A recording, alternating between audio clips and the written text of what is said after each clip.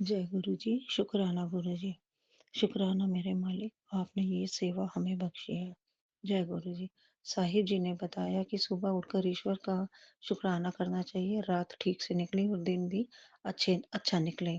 शाम को ईश्वर का शुक्राना करें कि उनके आशीर्वाद से दिन ठीक निकला और आप घर वापस पहुंचे।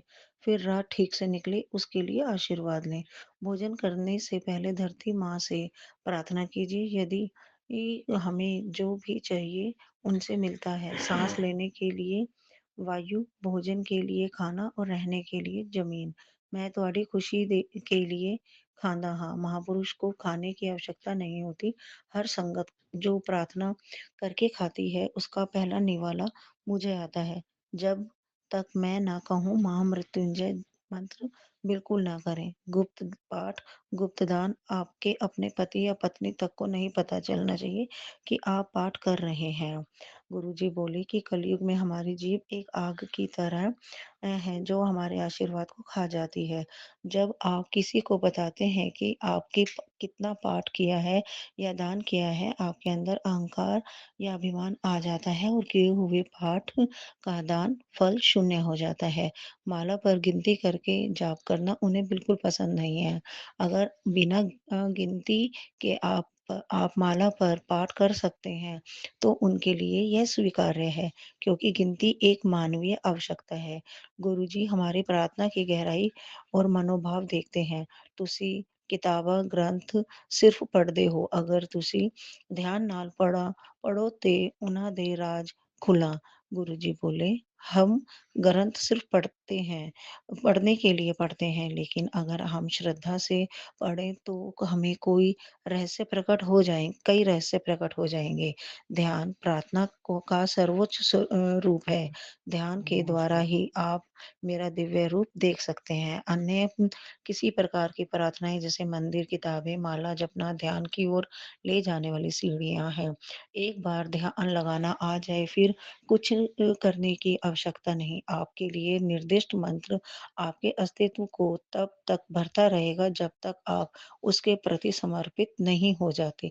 ध्यान केवल शरीर के ऊपर मन की विजय के द्वारा ही प्राप्त किया जा सकता है और मन हम सब मन के ऊपर ईश्वर अब शरीर की स्थिति में है।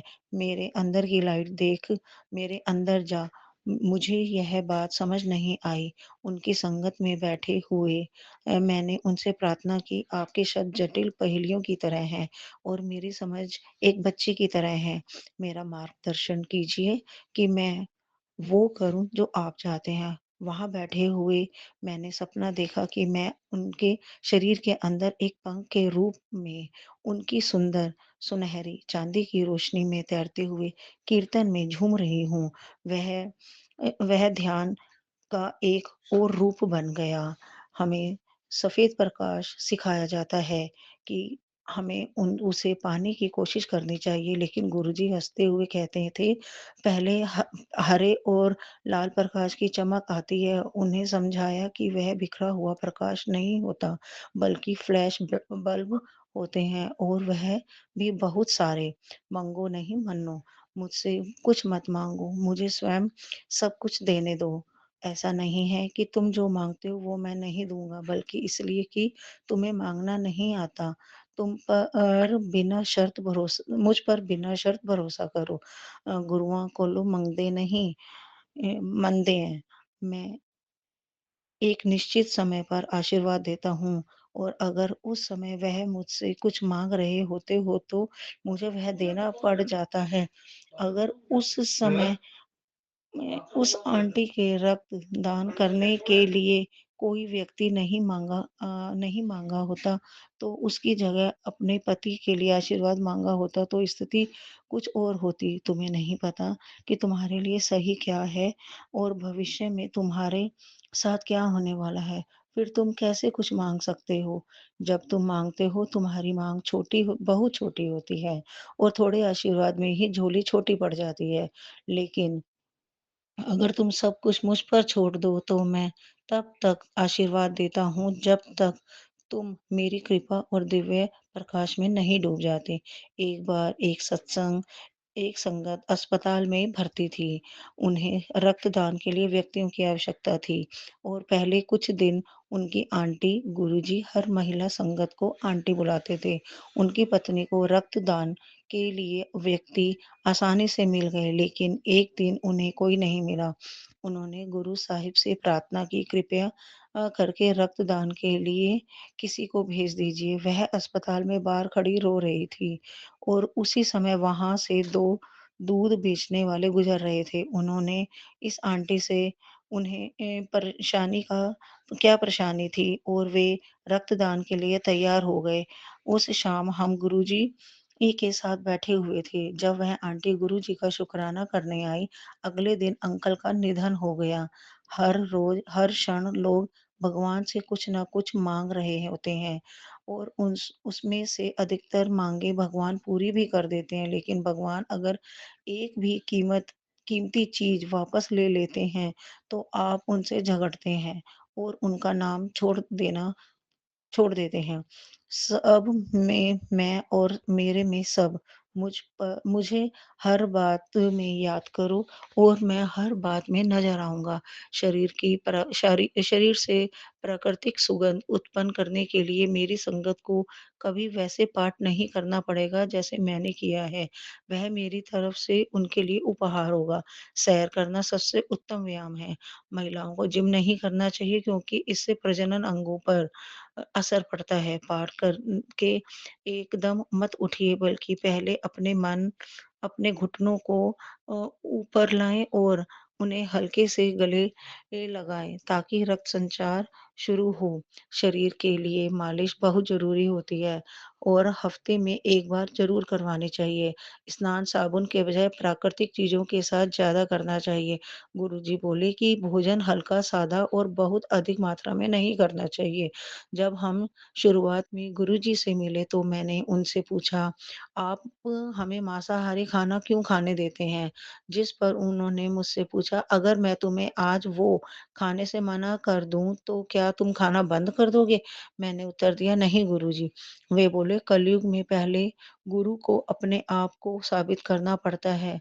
जब मैं अपने आप को साबित कर देता हूँ, तब तुम मेरी सुनते हो और सही समय आने पर मैं तुम्हारा मांसाहारी खाना बंद करवा दूँगा। मेरी फ़ोटो ਤੁਹਾਡੇ नाल गल्ला करेंगी, मेरी तस्वीरें तुमसे बातें करेंगी।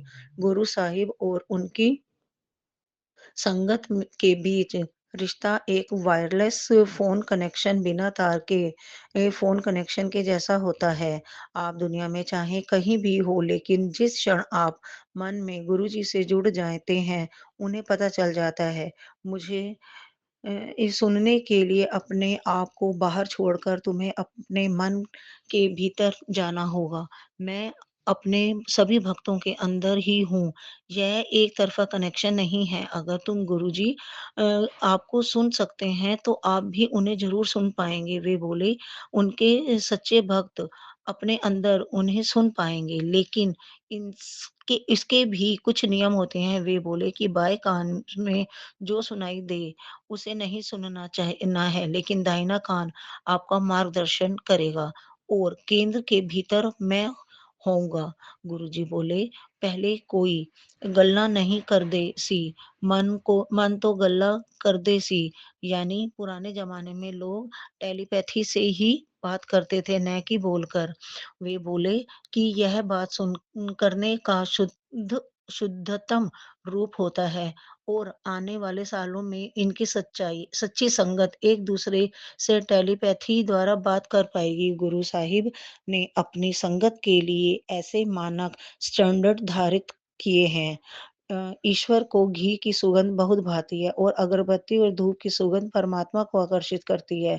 प्रार्थना के समय वह इंसान की अंतरात्मा को ऊपर उठाती है और हल्का महसूस करवाती है। आरती के लिए उन्होंने पीतल की थाली का उपयोग करने के लिए कहा। गुरुजी को पीतल बहुत पसंद था। मुझे आरती की थाली सेट करना सिखाने के लिए एक बार उन्होंने बद्दन आंटी को मंदिर भेजा। थाली पर केसर और पानी की बूंदों से ओम, एक ओमकार, जय गुरुजी और स्वास्तिक चिन्ह बनाना चाहिए। घी का दिया, सीधी बाती के साथ मूली टिक्का जो केसर, कच्चे चावल और पानी की कुछ बूंदों से बना हो, मिठाई के 5 टुकड़े, धूप। पहले हम गुरुजी को मोली बाँधते, टिक्का लगाते और फिर आरती करते, शिव जी की आरती। लोटा चमकता हुआ बिना किसी डेंट के होना चाहिए। लोटा अपने आप साफ करना है, नौकरानू नहीं देना। वे बोले, "अगर मैं तुम्हारी समस्याओं के लिए, इसे ब्लेस करने के लिए अपनी ऊर्जा खर्च कर सकता हूँ, तो तुम भी इसे स्वयं साफ करने के लिए समय खर्च कर सकते हो। ਲੋਟਾ ਜਾਂ ਰਾਖ ਤੇ ਰਾਖ ਨਾਲ ਸਾਫ਼ ਕਰੋ ਜਾਂ ਨਿੰਬੂ ਤੇ ਨਮਕ ਨਾਲ। ਜਦ ਤੁਸੀਂ ਆਪਣੇ ਆਪ ਸਾਫ਼ ਕਰਦੇ ਹੋ, ਤੁਸੀਂ ਮੇਰਾ ਨਾਮ ਲੈਂਦੇ ਹੋ, ਮੈਨੂੰ ਯਾਦ ਕਰਦੇ ਹੋ, ਉਸ ਪਲ ਵਿੱਚ ਤੁਹਾਡੇ ਕੋਲ ਆ ਕੇ ਤੁਹਾਨੂੰ फिर से ब्लेस कर जाना। हाँ, लोटा या तो राख से साफ करो या नींबू से और नमक से के साथ। जब तुम अपने आप साफ करते हो, तुम मेरा नाम लेते हो और मुझे याद करते हो, उस पल मैं तुम्हारे पास आके तुम्हें आशीर्वाद देता हूँ। गुरुजी हाथ में लोटा पकड़कर उसे ब्लेस करते थे। फिर वे हमें बताते कि सुबह उठकर सबसे पहले उसका आधा पानी पीना है, बाकी पानी अपने ऊपर डालकर स्नान करना है।